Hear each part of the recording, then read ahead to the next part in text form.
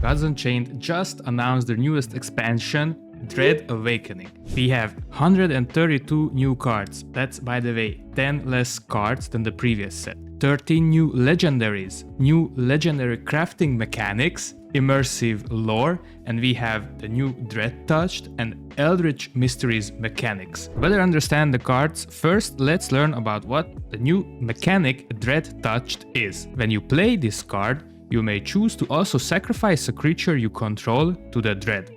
If you do, activate this card's Dreadtouch text. So how will this all happen? Either you set it up as you do with Empower creatures, or when you summon the creature, you'll have a choice to activate or not the ability. Either way, you have to sacrifice your own creature to get that ability Dreadtouched. And because the text does not state otherwise, it can be even a zero-cost creature. So the first card is Lycel, Lucid Nightmaster.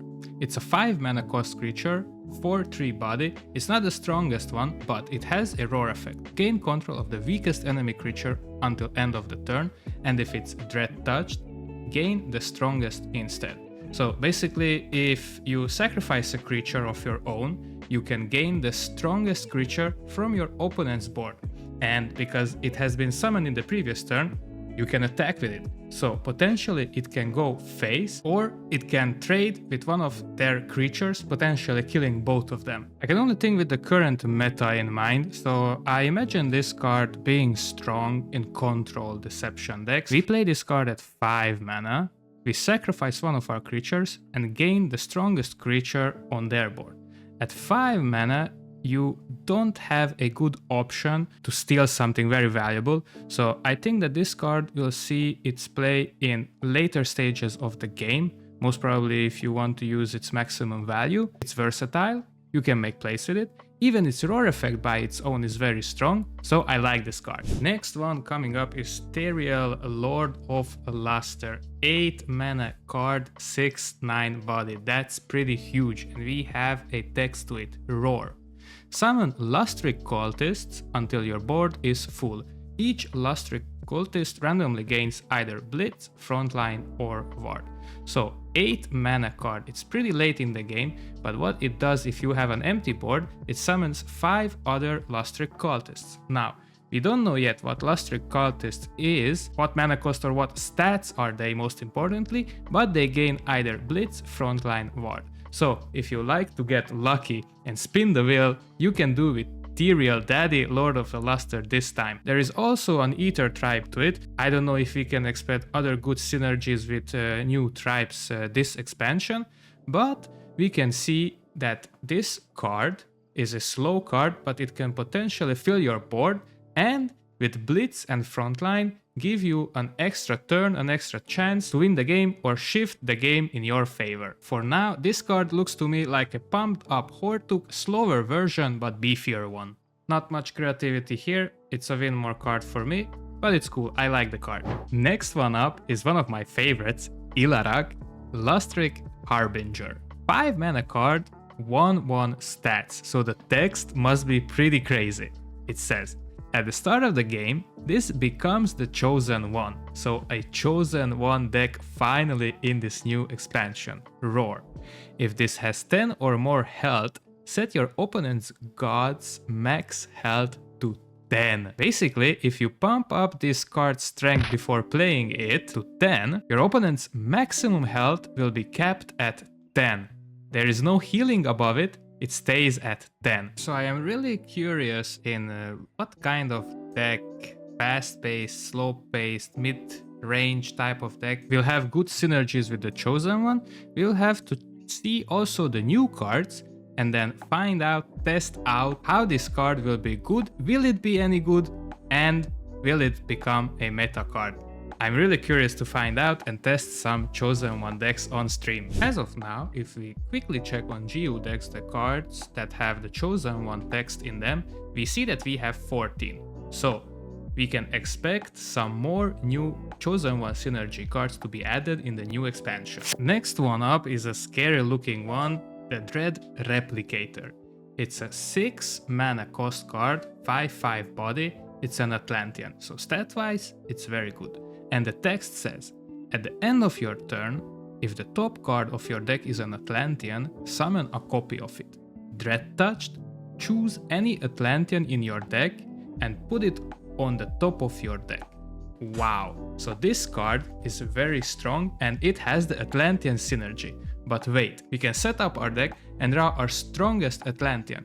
So this implies that we may have to figure out a new Atlantean deck, some kind of beefier, some kind of control Atlantean deck, and use this to draw those cards.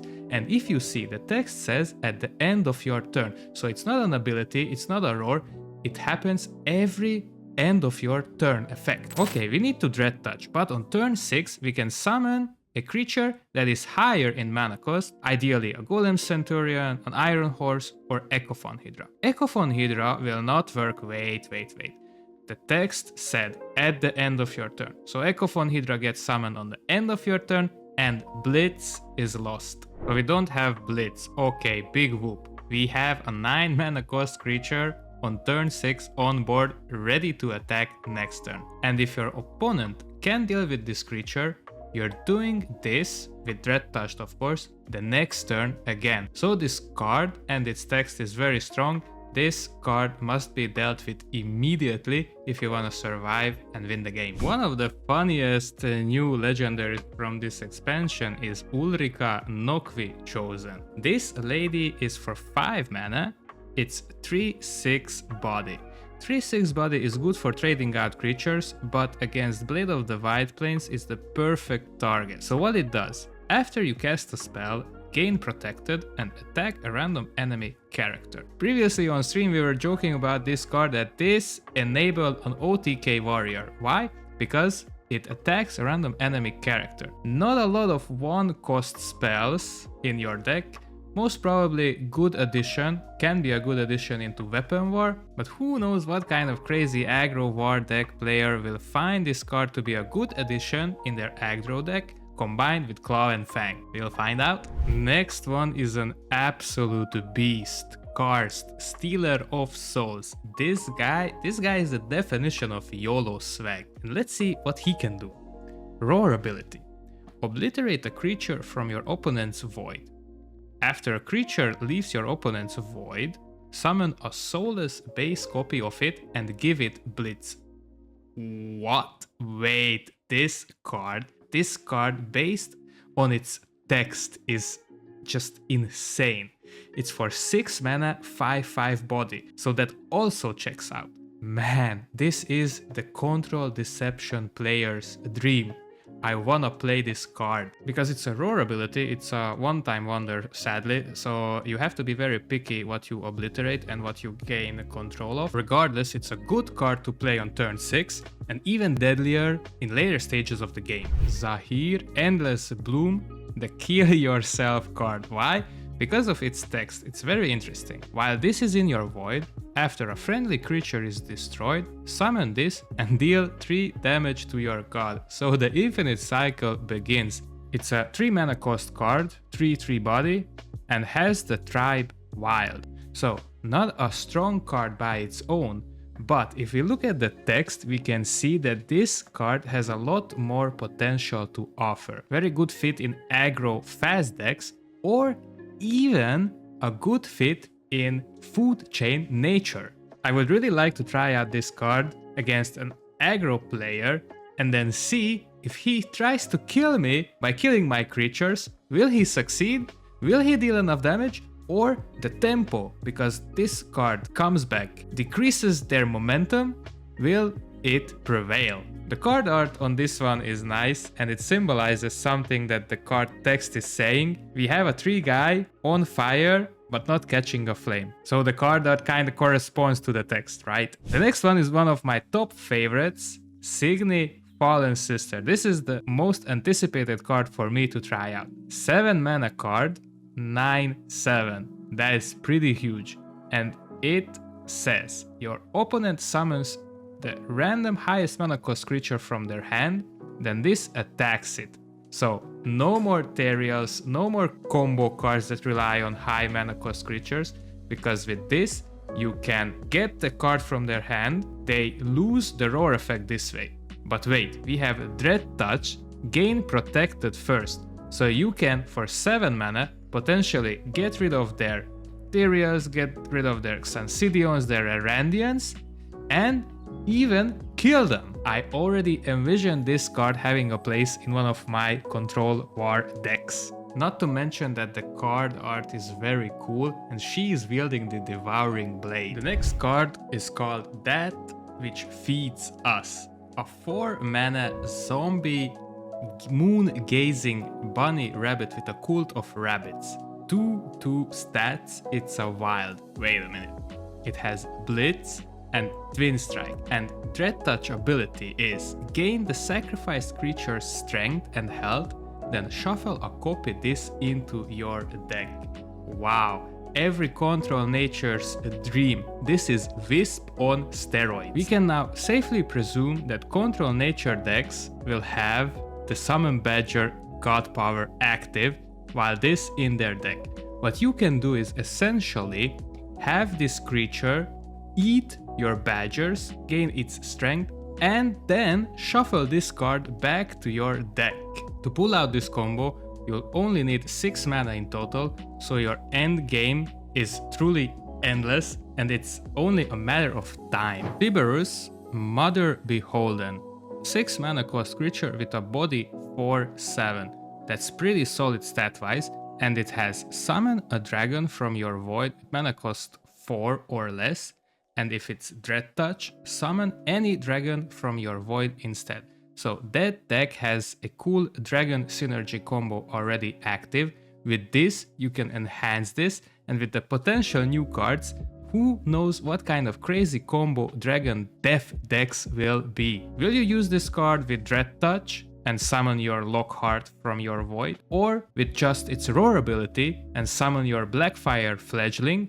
It is totally up to you, but be careful, it is a roar effect, so it can only be used once. Next one is an interesting one just by the looks of it. By the name of Valojinn Dreadtrawler, we have a 4 mana cost creature, 4/4 stats, interesting, a dragon, roar, Dreadtouch, Afterlife, and after this creature attacks, shuffle 2 Dread into your opponent's deck. Okay, so first of all we would need to know what Dread is, and then see Roar, Dreadtouch, Afterlife, and after this creature effects. So immediately we can see that Roar and Afterlife will be surely gainable. So that means that 4 Dread will be shuffled no matter what into your opponent's deck. And then after, if you Dreadtouch it, of course that's 1 sacrificed creature, 2 more, and after every time your creature attacks. So what can Dread be? Deal 1 damage, deal 2 damage, increase your mana costs, discard a card, or whatever crazy negating ability, because still it's a legendary creature, good looking fellow, and your opponents surely will hate this one. If the Dread is a negating effect that goes well with Anubians, I can even see this card being played in Anubian decks, even though it's not a Anubian. A neutral legendary for 1 mana, Irina Manashard Patron. 1 attack, 2 health. But what does the text say? At the start of the game, put this in your mulligan. Roar. If your deck contains no other neutral cards, replace your god power with your domain's ascended god power. Oh boy, so if you thought that Heal Light is annoying, then after Irina, it's going to be a nightmare. This is your typical Heal Light, everyone. As you see, already only light cards. You put here in Irina and you get an Ascended God Power. Now, what an Ascended God Power can be is yet a mystery, but if we look at Hearthstone, or if we think logically, it will either be increased mana on your God Power, increased value, or it will be upgraded with the same mana, but still something stronger. And because this is a neutral card, not only Heal Light can play it. If you're able to pull out an only domain specific deck, then this card will always, every time, start in your mulligan, and if you play it, ascend your god power. Now that's cool, I like it. And last but not least, we have Otanda The Enlightened. 4 mana mage card, 4/5 body. The first time you play a mystery on your turn, uncover Eldritch Mysteries. Roar, uncover Eldritch Mysteries. So this is the first time that we face an Eldritch Mysteries keyword. We don't know what it is. Stat-wise, it's a strong card. Tempo card, 4 mana, 4/5, and the text is just bonkers. An Eldritch Mystery can be a whole bunch of new things. I don't want to make wild guesses or assumptions, but it has to be something exciting. And it says mysteries, so maybe it's not just one, it's more. Okay, we have the 13 new legendaries, but we can collect all the 130 new cards from the rewards that we get from sealed, or we can rank. Premium packs are only obtained from the Gods Unchained store. These are probably the shinier versions. So guys, get your grinding face on and see you in weekend ranked and in sealed mode, because we'll be earning these new packs. Oh yeah, and the collector's favorite, the mythic variants and promo cards. There are going to be 7 ultra rare unique mythic art variants of 7 legendary cards. Can only be found in premium packs, so you better start spending. And once all the mythic variants have been pulled, promo cards will be discoverable in premium packs only. So I would say that collecting or trying to collect these mythic variants are worth it because it has the collector's value. But if we see and check these promo cards, are they even worth to chase after? Aetherhound, Dreadtouch. Obliterate a spell in hand and gain its mana cost as strength. So this card is for 4 mana, okay, but you need to sacrifice a creature and you need to sacrifice a spell. Basically, this card eats up your game. Another interesting card that has been given to us on this page is a Dreadwing. Delve a carving from your deck and draw it. Dreadtouch, reduce that carving's mana cost by 2. So I have been playing Gods Unchained for 3 years now, but carving hasn't been included. That has to be something new, and I'm excited to find out what it is. We can see that it's a 3 mana cost creature for 3/3 and has the Ether tribe. So can we assume that there's gonna be an Ether synergy for War? Another interesting spoil revolves around Eldritch Mysteries. And with Forbidden Knowledge, we see that we uncover an Eldritch Mystery. But with Swamp Witch, if you're holding a rare or better Eldritch Mysteries, transform a random enemy creature into a 1/1 red. What it says, rare or better Eldritch Mysteries. So Eldritch Mysteries has to be something that can be upgraded. How that spell or how that something can be upgraded is still a mystery, but now we know that Eldritch Mysteries is something that can be upgraded and has different power levels. Another cool card is Procession. Pick one, summon 3 2/2 acolytes, transform friendly acolytes into 5/5 Lustric cultists. Do you remember Lustric cultists from Thaeriel?